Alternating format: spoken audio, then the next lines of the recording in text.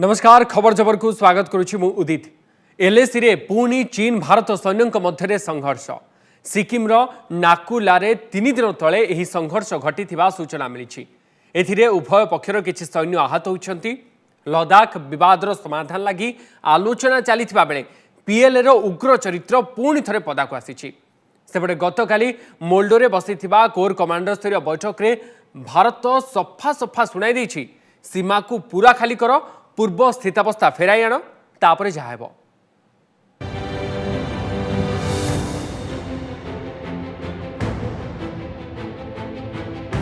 शांति कथबार्ता भितरे संघर्षर खबर। एथर स्थान सिक्किम नाकुला। जनवरी 20 रे मुहांमुही होइछन्ति भारत और चीन सेना।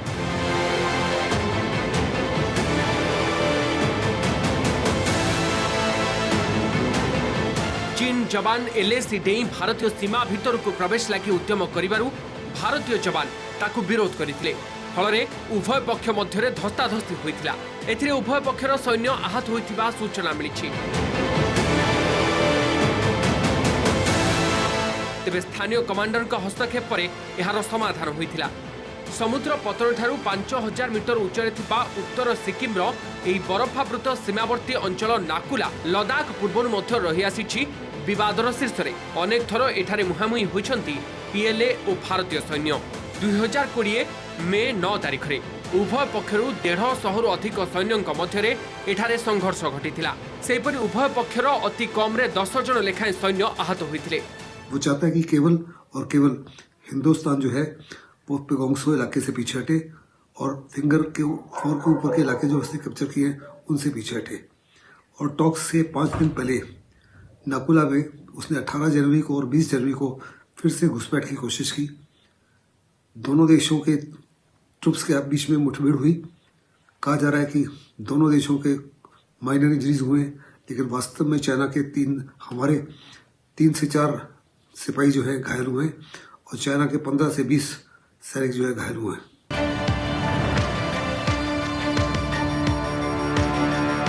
एपटे लद्दाख विवादर समाधान लगी गतकाली मोल्डोरे उभय देशर कोर कमांडर स्तरीय बैठक बसिथिला। सकाल 11 आरंभ होइथिबा बैठक राति 2 सरीथिला। अर्थात 15 घंटा धरी आलोचना होइछि। तेबे भारत गोटिए कथा चीन को स्पष्ट कर दैछि, किछि नुहे बरम सीमारू सबु सैन्य प्रत्याहार करा जाऊ बोली 14 core commander lieutenant general PG के मेनन चीन प्रतिपक्षों को जणाई दैछन्ति। एप्रिल मासर स्थितावस्था न फेरिबा जाय सीमारे शांति फेरिब नाही और भारतीय सैन्य पछको हटिबार प्रश्न उठुनी बोली सफा सफा सुनाई दैछि भारत। तेबे चीन भारतर दाबी को किभली ग्रहण करुछि और आगकू की पदक्षेप नेउछि ता उपरे सब निर्भर करिबो। 8th राउंड रे जो डिस्कशन हेतला किमती जो प्रोसीजर आमे फॉलो करिवो कि जो थरे के डिसएंगेजमेंट हबो सब फ्रिक्शन पॉइंट रो तापरे डी एस्केलेशन हबो, ट्रुप्स केमती फेरी जिवे निज निज परमानेंट लोकेशन को स्टेटस को मेंटेन हबो। भारत मूलरू कहि आसे स्टेटस को हमर दरकार जोटा अप्रैल 2020 रे थिला जे जोट थिला से अवस्था फेरी जिवा जोटा कि चाइना हां कले भी से ताको ग्राउंड रे करि दउनी।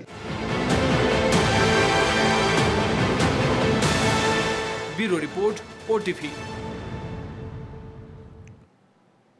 नेपाल रे राजनीतिक अस्थिरता। कम्युनिस्ट पार्टी ऑफ नेपाल रु बहिष्कृत होइछन्ति प्रधानमंत्री केपी ओली। गत डिसेम्बर मासरे ओली नेपाल पार्लियामेंट को भांगी देथिले। याकू दलर अन्यतम नेता प्रचंड तीव्र विरोध करि आसुथिले। तेबे ओली बहिष्कृत हेबा परे नेपाल कम्युनिस्ट पार्टी 2 भागरे विभक्त होइछि। एने एप्रिल मासरे देश रे साधारण निर्वाचन करबाकू ओली घोषणा करथिले। तेबे प्रचंड गोष्ठीर एही पदक्षेप परे सेठाकार राजनीतिक स्थिति कौन हेउछि ता उपरे भारत तीक्ष्ण नजर रखिछि।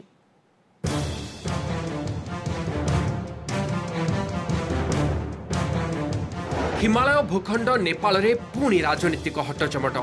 2 भाग होइछि शासन दायित्व रे थिबा नेपाल कम्युनिस्ट पार्टी। 3 वर्ष तले चीन मध्यस्थतारे माओवादी और कम्युनिस्ट मिसी नेपाल कम्युनिस्ट पार्टी गठन करथिले। तेबे कम्युनिस्ट नेता तथा प्रधानमंत्री केपी ओली एवं माओ नेता पुष्प कमल दाहाल ओरफ प्रचंड मध्य मतभेद लगी रही। ता सहित प्रधानमंत्री ओली भारत को उपेक्षा करी चीन सह घनिष्ठता बढ़ाउथिबारु तांकू दल भितरु तीव्र विरोधर सम्मुखीन हेबाकू पड़िथिला। से नेइथिबा केतेक विवादीय निष्पत्ति दलीय मतभेद को चरम सीमारे पहुंचाइथिला। गत डिसेम्बर मासरे नेपाल कांग्रेस को भांगी देबा सह आसंता एप्रिल मासरे निर्वाचन कराइबाकू निष्पत्ति नेइछंती प्रधानमंत्री ओली। दुर्नीति अभियोग को नहीं नेपाल कम्युनिस्ट पार्टी तांको विरोध में कार्यानुष्ठान लगी डाकिथिबा बैठक पूर्व हठात एभली अप्रत्याशित निष्पत्ति नैथिले ओली। तेबे तांकर एही निष्पत्ति को चैलेंज करी नेपाल सुप्रीम कोर्ट रे माळ माळ मामला होईछि। अन्य पक्षरे ओली दलरु विदा हेबा परे तांको संवैधानिक पद उपरे की प्रभाव पड़िबो ताहा देखिबार कथा।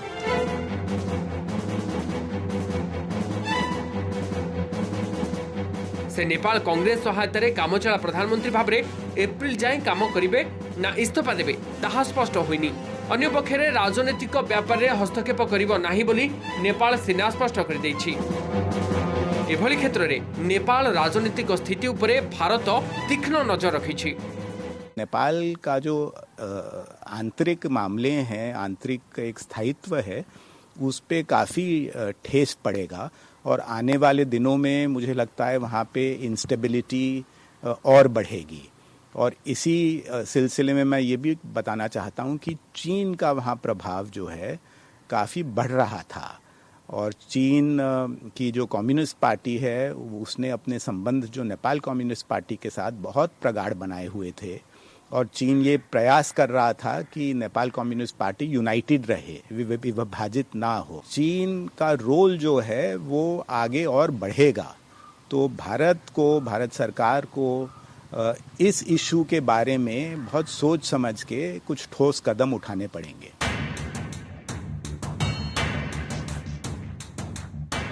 ओलींक चीन प्रीति तांको पई काळ हेला बोली चर्चा होउछि।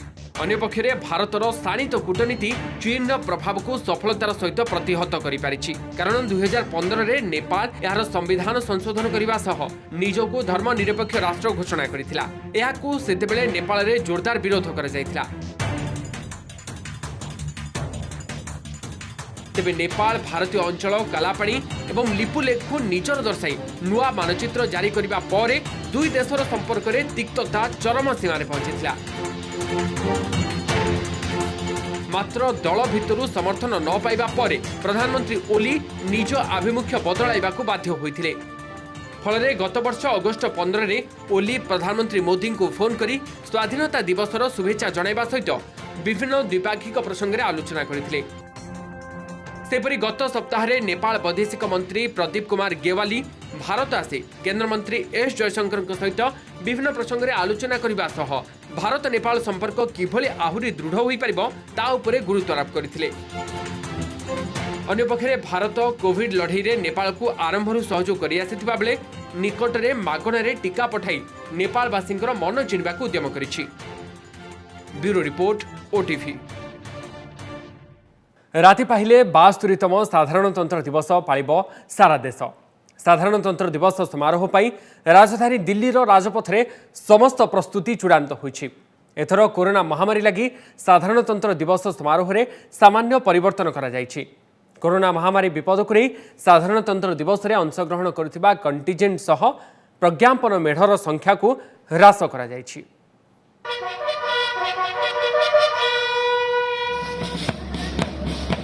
कम दर्शक, छोट कंटिजेंट, अल्प बाट परेड आउ ता सहित विविध कटकणा। कोरोना सतर्कता दृष्टि पूर्वापेक्षा खूब भिन्न होगाकू जाउछि दिल्ली रे साधारणतंत्र दिवस समारोह। गत 55 वर्ष मध्य प्रथम थर पर चलित वर्ष साधारणतंत्र दिवस रे कौनसी मुख्य अतिथि सामिल हेबेनी। यूके रे नुआ कोरोना स्ट्रेन भय बढ़ाइबा परे निज आड़ू भारत गस्त को बातिल करथिले ब्रिटिश प्रधानमंत्री बोरिस जॉनसन। गत वर्ष ब्राजिल राष्ट्रपति बोल्सोनारो मुख्य अतिथि भाव में जोग दैथिले। ए वर्ष परेड लंब को 5 किलोमीटर मध्य ह्रास करा जायछि। प्रति वर्ष 8.5 किलोमीटर परेड मार्च होता बेले ए वर्ष ताहा मात्र 3.5 किलोमीटर हेबो। लालकिला पूर्व नेशनल स्टेडियम निकट में शेष हम परेड। एथिरे प्राय 4,500 साधारण लोक रहिबे। पूर्व प्रति कंटिजेंट रे 144 सदस्य रहुथिले, एथर 96 जन सदस्य रहिबे।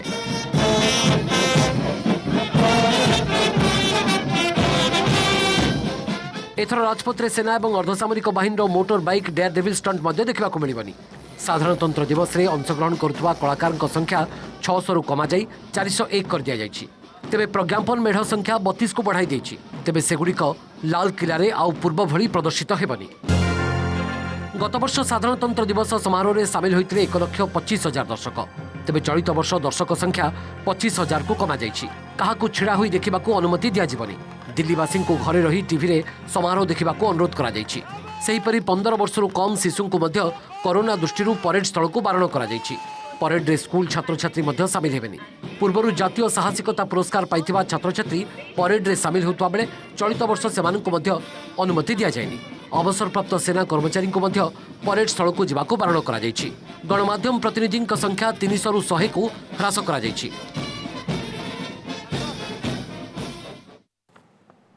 चलित वर्ष गणतंत्र दिवस परेड में प्रथम थर पर सामिल हेबे बांग्लादेश सेना। सेमानक परेड सृष्टि करिबा स्वतंत्र आकर्षण। एथिसहित वायुसेना रे सामिल करा जायथिबा फाइटर जेट राफेल रो फ्लाईपास्ट भी देखिबा को पाइबे दर्शक।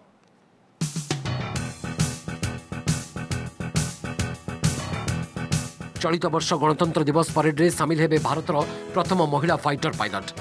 परेड में अंडमान और निकोबर द्वीप समूह में नियोजित जवान को मध्य देखा मिलिबा। वायुसेना रे सामिल करा जायथिबा फाइटर जेट राफेल फ्लाईपास्ट करिबा। तेबे एही समारोहर अन्यतम आकर्षण रहिबो बांग्लादेशी सेनांक परेड। दिल्ली गणतंत्र दिवस परेड में प्रथम थर पर भाग नेबे बांग्लादेशी सेना। 122 जन जवान राजपथ रे करिबे परेड। एही कंटिजेंटर नेतृत्व नेबे कर्नेल महातासिम हाइदर चौधरी।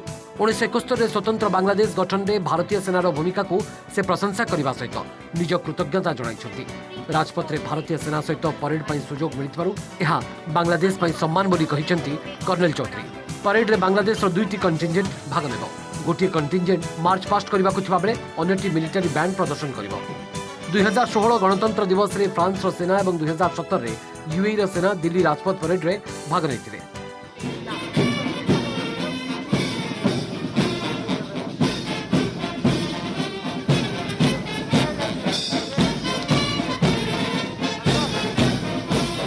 चलित वर्षर साधारणतंत्र दिवस में सामिल हेबे 100 जन बछा बछा छात्र छात्री। केन्द्रमंत्री रमेश पोखरियाल सहित आलोचना पर से सुजोग पाइबे।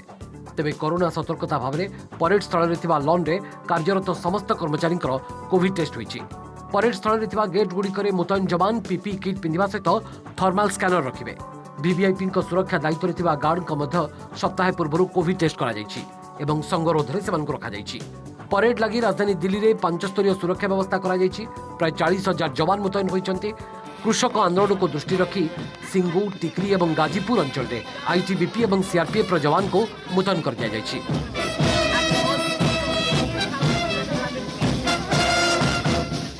Bureau report OTV.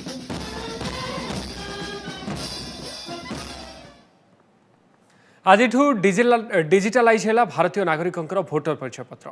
भारतीय निर्वाचन कमिशन पक्षर राष्ट्रीय मतदाता दिवस पालन अवसर में ई एपिक बा इलेक्ट्रोनिक इलेक्टोराल फोटो आइडेंटिटी कार्ड कार्यक्रम शुभारंभ होइछि।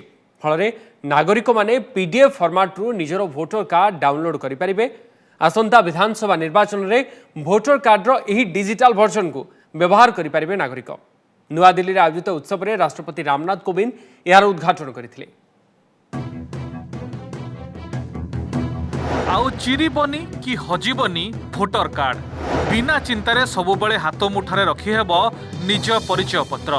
मोबाइल रे डाउनलोड करी हेबो डिजिटल भोटर आइडेंटिटी कार्ड। ए डिजिटल भोटर कार्ड को कहा जाउछि इलेक्ट्रोनिक इलेक्टोराल फोटो आइडेंटिटी कार्ड बा e epic.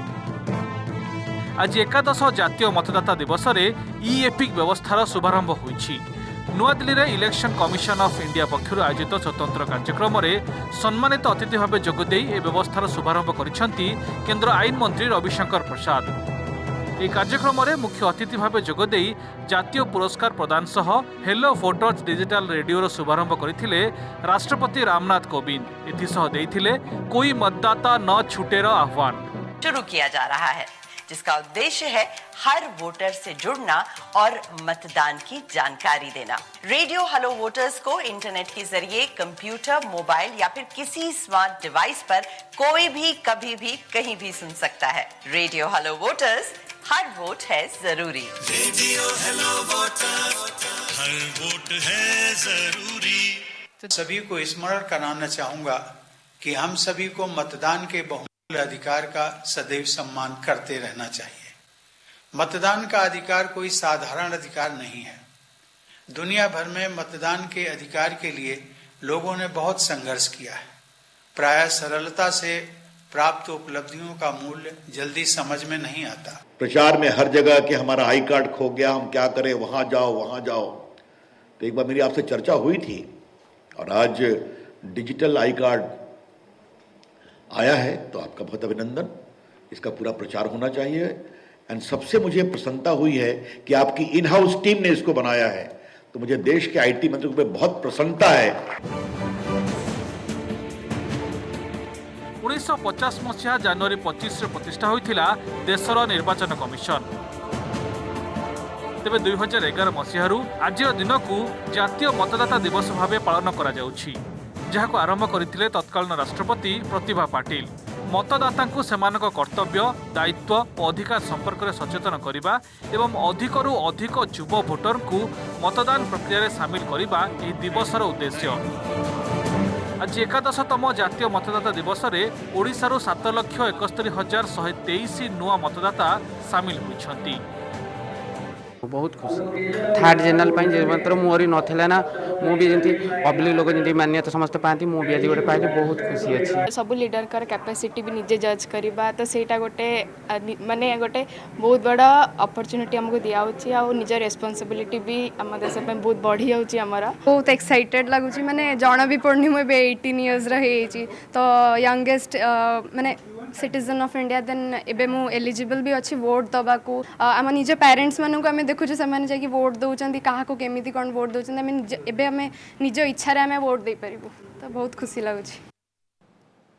Digital voter card को आपण केउठु एवं केमिति डाउनलोड करिवे, केउ वेबसाइट को जिबे, किए एहाकु पाई परिबे, ए सब कथा जानिबा पई देखंतु ए रिपोर्ट। केमिति मोबाइल फोन रे पाई परिबे ई वोटर कार्ड बा ई एपिक, याकू केमिति करि परिबे डाउनलोड। डिजिटल वोटर परिचय पत्र द्वारा किपरि उपकृत होई परिबे साधारण लोके। Electronic electoral photo identity card बा ई एपिक डाउनलोड करिबा पई वोटर पोर्टल किंबा national voters service portal NVSP को जिबाकू पड़िबो। वोटर पोर्टल रो वेबसाइट एड्रेस voterportal.eci.gov.in एवं NVSP रो एड्रेस nvsp.in अथवा मोबाइल रे वोटर हेल्पलाइन एप्लिकेशन डाउनलोड करने को पड़िबो। उभय एंड्रॉयड एवं iOS प्लेटफॉर्म रे एई ऐप उपलब्ध। वेबसाइट किंबा ऐप रे एपिक नंबर देले फोन को एक OTP मैसेज आसीबो। एई OTP नंबर देई ई एपिक को मोबाइल किंबा कंप्यूटर रे डाउनलोड करी रखि हेबो। याकू डिजी लॉकर रे अपलोड करी हेबो एवं प्रिंट मध्य बाहर करी हेबो। वैध एपिक नंबर थिबा भोटर एवं नवेम्बर रु डिसेम्बर 2020 मध्य आवेदन करिथिबा भोटर SMS पाइबा परे आसंता जनवरी 25 रु 31 तारिख मध्य ई एपिक डाउनलोड करि परिबे। फेब्रुआरी 1 रु समस्त साधारण भोटर यह पाई परिबे, तेबे सेमानकु कोनोसी SMS मिलिबो नाही। एपिक नंबर मने नथिले किंबा हजि जाइथिले वोटर पोर्टल रे किंबा electoralsearch.in को जाई निज ना खोजी पारिबे एवं एपिक नंबर लेखि ई एपिक डाउनलोड करि पारिबे। एथिपई 6 संख्या विशिष्ट रेफरेंस नंबर मध्य व्यवहार करा जाय पारिबो। आगामी 5टी राज्यर विधानसभा निर्वाचन रे मध्य ई एपिक को पोलिंग बूथ रे परिचय पत्र भाबे व्यवहार करि हेबो। Bureau report OTV। Radio hello voters, हर वोट है जरूरी। खबर जबर को एठी रखुछु। प्रति सोमवार, मंगलवार एवं गुरुवार और शुक्रवार राति 8:30 देखा भूलिबेनी आमर स्वतंत्र बुलेटिन। विदाय दिंतु, नमस्कार।